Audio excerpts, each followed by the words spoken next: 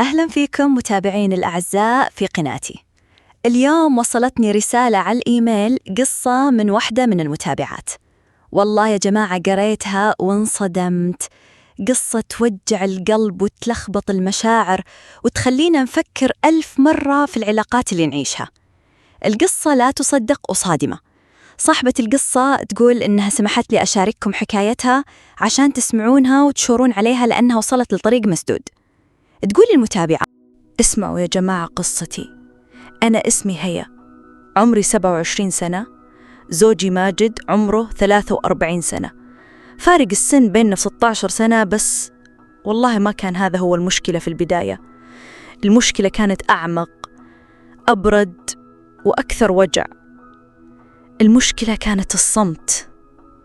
حنا عايشين في الرياض في فيلا بحي الربوة، ورثها ماجد عن أبوه الله يرحمه. يعني حالتنا المادية الحمد لله مستورة، لا حنا من الطبقة المخملية ولا حنا محتاجين، عايشين على هالورث اللي يصرف منه ماجد على بيتنا وعلى جلسات اليومية مع أصحابه. سيارتنا هيونداي الانترا فضية موديل 2025، سيارة عادية حقت مشاوير، ما تلفت النظر، تشبه حياتنا بالضبط. من برا كل شيء تمام، ومن جوا الله العلي. ماجد ما هو مقصر ماديا، والله ما أكذب عليكم. طلباتي أوامر وكل شيء متوفر لي، والبنتنا الوحيدة لانا عمرها 5 سنوات. بس يا جماعة هالفيلة الكبيرة صارت بالنسبة لي سجن.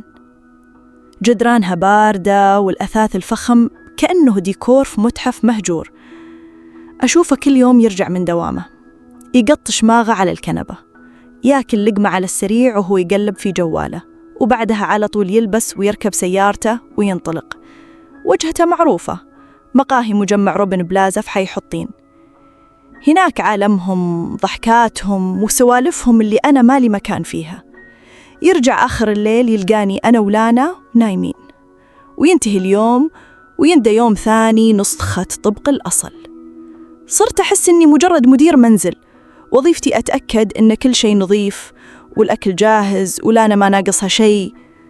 سوالفنا صارت سطحية ومملة، كلها تدور حول الأمور المادية. وش ناقص البيت، لانا وش محتاجة للمدرسة، الفواتير تسددت. ما في مرة والله يا جماعة ما أذكر مرة جلس وسألني: أنتي وش فيك؟ كيف يومك؟ مبسوطة؟ تعبانة؟ الوحدة تقتل حتى لو كنتي متزوجة وعندك بيت وعيال. تحسين إنك غير مرئية، كأنك هوا. كنت أحاول ألفت انتباهه. مرة طبخت له مندي، الأكلة اللي يحبها، وتعبت عليها من الظهر. رجع شاف الصفرة وقال: تسلم يدك، بدون ما يرفع عينه من شاشة جواله. أكل وهو يرد على رسائل الواتساب وقام. والله يا بنات حسيت كأن أحد كب موية باردة على قلبي. مرة ثانية شريت فستان جديد ورحت الصالون وقصيت شعري. دخل البيت مر من جنبي ولا حتى لاحظ. أنا اللي قلت له: ماجد ما لاحظت شيء جديد؟ رفع راسه طالع فيني ثانية وجال: حلو نعيما، ورجع الجوالة. في هذيك اللحظة حسيت أني تافهة، وأني قاعدة أتسوى الاهتمام من رجال قلبه وعقله في مكان ثاني. بشهر 6 اللي فات صيف 2025 وصل زياد، أخو ماجد الصغير. زياد عكس أخوه تماماً، يدرس بريطانيا ويجي كل صيف. شاب عمره في بداية العشرينات، كله حياة، عيونه تضحك قبل فمه، ولبق في كلامه. أول ما دخل وسلم على أخوه التفت علي. توقعت بيقول كيف الحال ويمشي، بس هو طالع فيني بتمعن وقال: كيفك يا هيا؟ وجهك أصفر، شكلك تعبانة، كل شيء تمام؟ يا الله، كلمة بسيطة بس حسيت كأن أحد ولع النور في غرفة مظلمة. حسيت إن في إنسان شافني، شاف تعبي اللي ماجد عايش معه كل يوم ولا عمره انتبه له. صارت بنتي لانا هي الجسر اللي بناه زياد عشان يوصل لي. كان يستخدمها بذكاء عشان يقرب مني. جاب لها ألعاب من لندن ما عمرها شافتها، وصار يجلس معاها بالساعات على الأرض يلعب ويضحك. كان يسوي كل الأشياء اللي تمنيت ماجد يسويها، وأنا أكون واقفة أتفرج، وهو بين كل فترة وفترة يرفع عينه فيني ويبتسم ابتسامة غريبة، كأنه يقول أنا هنا عشانك. كان يمارس علي تخبيب وأنا ما أدري. كان يذم أخوه بطريقة غير مباشرة. مرة كنا جالسين كلنا وماجد كالعادة مشغول بجواله. قال زياد بصوت مسموع: بعض الناس ما يدرون بالنعمة اللي هم فيها. ما حدد مين يقصد، بس أنا فهمت. كان يزرع الشك في قلبي ويحسسني إني مظلومة وأنه هو المنقذ. في ليلة كنا نتعشى كلنا في حديقة البيت. ماجد كان يكلم واحد من أصحابه عن صفقة أسهم وصوته عالي ومتحمس. أنا كنت ساكتة كالعادة. التفت علي وسألني: ها، أنت كنتي تحبين الرسم صح؟ وريني رسوماتك القديمة. انصدمت. كيف يتذكر شيء قلت له بشكل عابر أول ما تزوجت؟ قلت له إنها قديمة ومغبرة. ضحك وقال: الفن ما يغبر. بعدها بيومين وصلتني رسالة منه على الواتساب، صورة لوحة فنية تجنن، وتحتها مكتوب: هذه ذكرتني فيك، لا تخلين موهبتك تموت.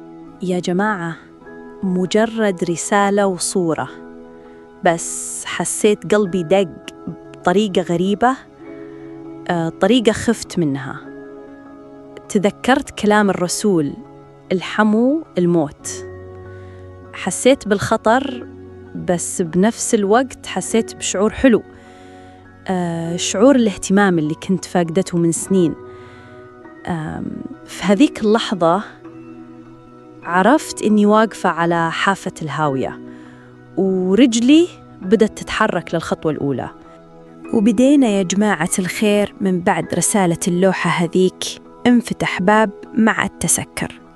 صارت الرسائل بيننا شيء يومي مثل المايه والهواء. كل يوم يرسل لي سؤال، نكتة، مقطع أغنية، أي شيء بس عشان يبقى فيه تواصل. صرت أنتظر جوالي يرن أكثر من أني أنتظر ماجد يرجع من القهوة.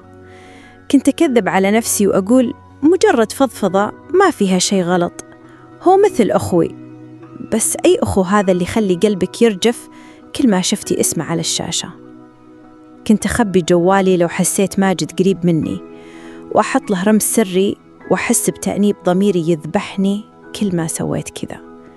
زياد كان يعرف بالضبط متى يرسل، كأنه حاس فيني في اللحظة اللي أحس فيها بالوحدة تقتلني، أو بعد ما يمر ماجد من جنبي كأني هوا، فجأة يرن الجوال. كانت رسائل مثل اللي يرمي لك طوق نجاة وانت تغرقين، حتى لو كان هالطوق مسموم. كان يمارس علي تخبيب بالكلام وأنا مو حاسة، يمدحني وينتقد إهمال أخوه بطريقة غير مباشرة، يزرع الشقاق بيننا وهو يمثل دور الصديق الحنون. شوي شوي صارت الرسائل ما تكفي، الشوق للكلام معه وجه الوجه صار يكبر. في يوم أرسل لي: هيا أنا طفشان وماجد طالع مع أصحابه، وش رأيك نطلع نشرب قهوة في النخيل مول بحجة نشتري كم غرض للآنة. النخيل مول مكان عام وزحمة، يعني الغطاء المثالي للقاء ممنوع. ترددت 1000 مرة، صوت داخلي كان يصرخ فيني: لا يا هيا، هذا حماكي، هذا الموت اللي حذر منها الرسول. بالصوت ثاني كان يهمس فيني: مجرد قهوة، وش بيصير يعني؟ والله يا جماعة إني رحت ورجولي ما هي شايلتني من الخوف والتردد. جلسنا في كافيه رايق، ووسط ضجة الناس كنا في عالمنا الخاص. بدأ يتكلم عن وحدة بريطانيا وكيف إنه حساس وما حد يفهمه، عشان يحسسني إننا نشبه بعض. وبعدها قلب الموضوع علي، صار يسألني عن أحلامي، عن ضحكة اللي يقول إنها مختفية. قال لي جملة ما أنساها: ماجد ما يدري وش عنده، لو أنا مكانه كان حطيتك بعيوني.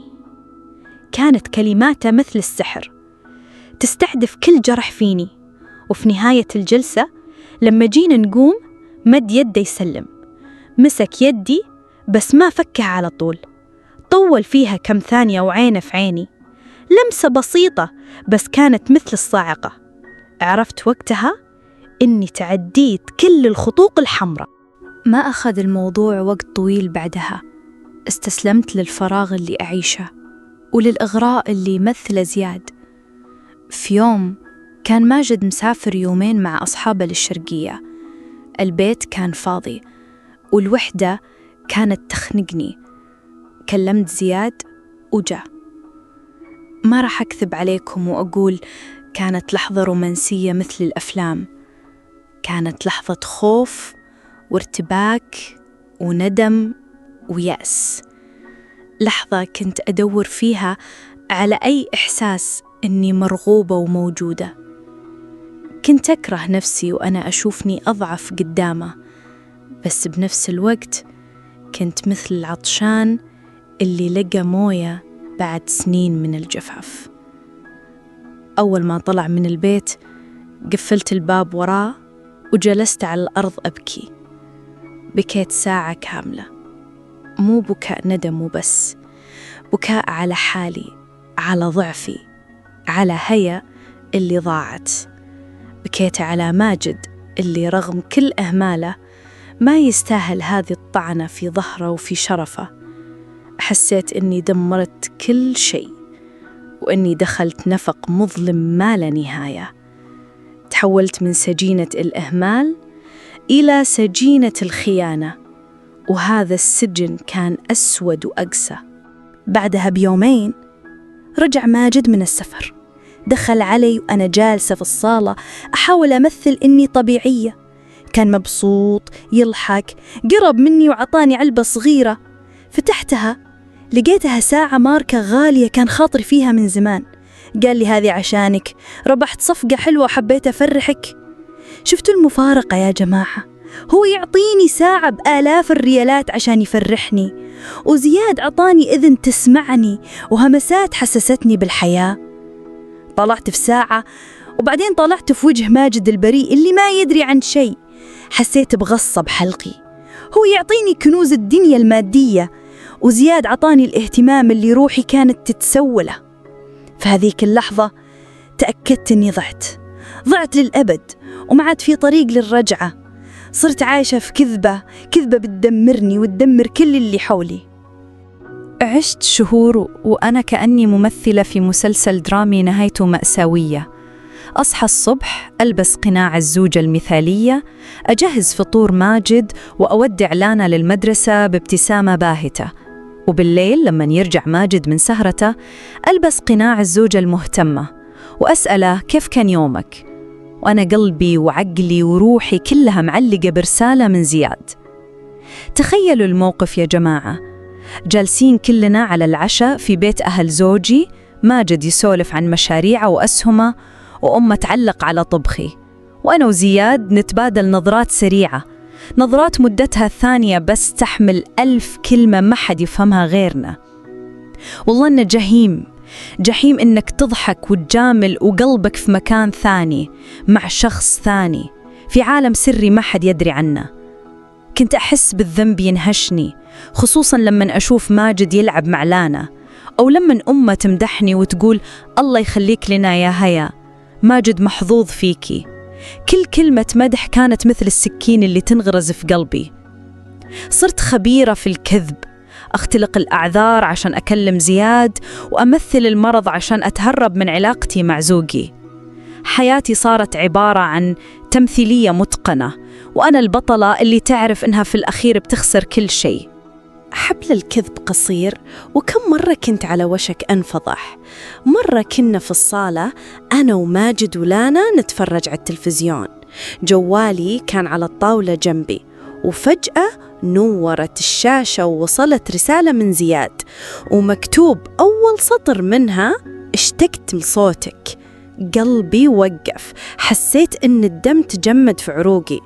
قبل ما يمد ماجد يده وشوف وش السالفة، خطفت الجوال بسرعة لدرجة إني طيحت فنجان القهوة على السجاد. ارتبكت وقلت أوه شوف وش سويت. قام ماجد يساعدني وهو يقول من اللي مرسل بهالوقت؟ قلت له وأنا نظف البقعة وقلبي يدق طبول هذه صديقتي نوف، تسأل عن وصفة الحلا اللي سويتها أمس. هز راسه وصدقني، أو يمكن سوى نفسه مصدق. من هذاك اليوم صرت أنام والجوال تحت مخدتي وما أخليه بعيد عني ثانية واحدة. صرت أعيش على أعصابي، كل رنة جوال، كل نظرة من ماجد، كل سؤال مفاجئ يخليني أحس إن نهايتي قربت وإن القناع اللي لبسته على وشك يطيح. تغير ما كان بس في تصرفاتي، حتى شكلي تغير. نحفت بشكل ملحوظ والهالات السوداء صارت جزء من وجهي. صرت عصبية على أتفه الأسباب، أصارخ على لانا بدون سبب، واتخانق مع ماجد على أشياء تافهة كنا نتجاهلها زمان. ما عاد لي خلق الشي، لا طلعات ولا جمعات. ماجد لاحظ هالشي وفي يوم قال لي برود: هيا شكلك محتاجة فيتامينات، صايرة مرة ذبلانة وعصبية. ما يدري إني ما كنت محتاجة فيتامينات، كنت محتاجة ضمير مرتاح، كنت محتاجة أرجع هيا اللي كنتها قبل ما أدخل هالنفق المظلم. كنت أشوف نفسي في المراية وما أعرفني.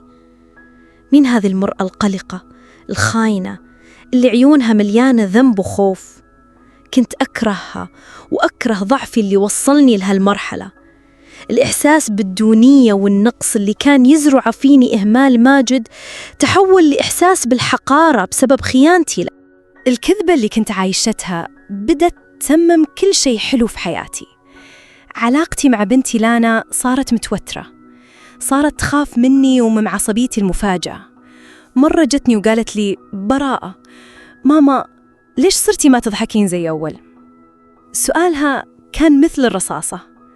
حضنتها وبكيت بدون صوت، وهي ما كانت فاهمة شيء. حتى علاقتي مع ماجد اللي كانت باردة صارت مثلجة. صرت أنفر من لمسة وأتحاشى أقرب منه، وهو كان يحس بهالشيء، بس بدل ما يواجهني صار يبتعد أكثر. الفجوة اللي بيننا صارت هو سحيقة مستحيل أحد يقدر يردمها. كنت أدري أني قاعدة أدمر بيتي بيدي، وأني قاعدة أخسر بنتي وزوجي، بس كنت مثل المدمن اللي يعرف أن المخدرات بتقتله بس ما يقدر يوقف. الإحساس بالاهتمام اللي كان يعطيني إياه زياد كان هو المخدر حقي، وكنت مستعدة أخسر كل شيء عشانه. في الوقت اللي كنت فيه غرقانة في علاقتي مع زياد، وفي اللحظة اللي صار فيها هو كل عالمي، ألقى قنبلته ومشى.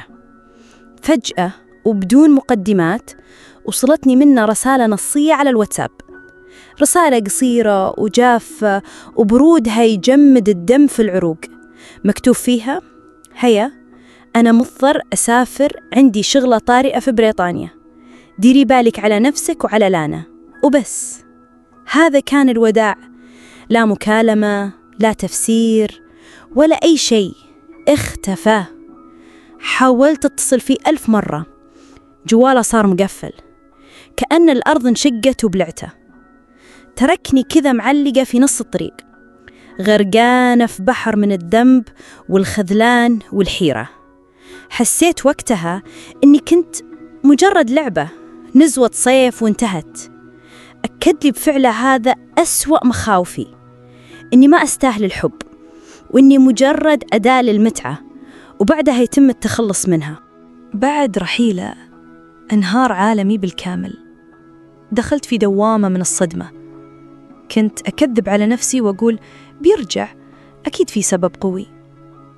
بعدين دخلت في حزن عميق، حزن ما كنت أعرف أني أقدر أحس فيه. فقدت شهيتي، وأيامي صارت سلسلة من البكاء الصامت والنوم المتقطع. نحفت لدرجة شكلي صار يخوف، والهالات السوداء صارت كأنها كحل دائم تحت عيوني. صرت شبح يتحرك في البيت، روح محطمة ما تقوى على شيء. ما عاد قدرت أمثل، قناعي طاح وانهياري صار واضح للكل. كنت أجلس بالساعات أحدق في الفراغ وأعيد قراءة رسائل القديمة، أدور على أي تلميح، أي كذبة، أي شيء يبرر اللي سواه. وماجد كان يشوف كل هذا، كان يراقب بصمت، يشوف انهياري اللي بدأ بالضبط من يوم سافر زياد، كان يربط الخيوط ببعضها، وأنا كنت أغبى من أني ألاحظ نظرات الشك في عيونه. في ليلة كنت جالسة في الصالة كالعادة ضايعة في أفكاري، دخل ماجد وجلس قدامي، ساد صمت ثقيل لدقايق، بعدها تكلم بهدوء جليدي، هدوء يخوف أكثر من أي صراخ.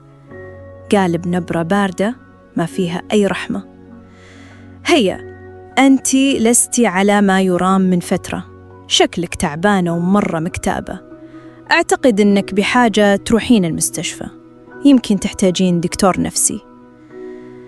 يا جماعة، هالكلمة هدمتني أكثر من 1000 صرخة أو اتهام. ما قال لي خنتيني، قال لي أنتي مجنونة. حسيت إنه يبي يجردني من عقلي عشان أي كلمة أقولها بعدين ما يكون لها قيمة، عشان يخلي كل اللي فيني مجرد أعراض مرض. هذا كان أقصى أنواع العنف النفسي اللي يخليك تشكين في نفسك. تملكني الرعب وصرخت فيه بكل قوتي: أنا مو مجنونة. رفض القاطع هذا وصراخ الهستيري كان هو الدليل اللي كان يدور عليه. شفت في عيونه نظرة يقين باردة، نظرة تقول أنا كشفتك. ما عاد صار يشك فيني، صار متأكد. من هذاك اليوم رجع الصمت يخيم على بيتنا، بس ما عاد صمت الإهمال، صار صمت الاتهام والشك، صمت ثقيل مشحون بالحقيقة المرة اللي ما حد فينا قادر ينطقها. زياد اختفى من حياتنا للأبد ودمر علاقته بأخوه، وأنا محبوسة هنا.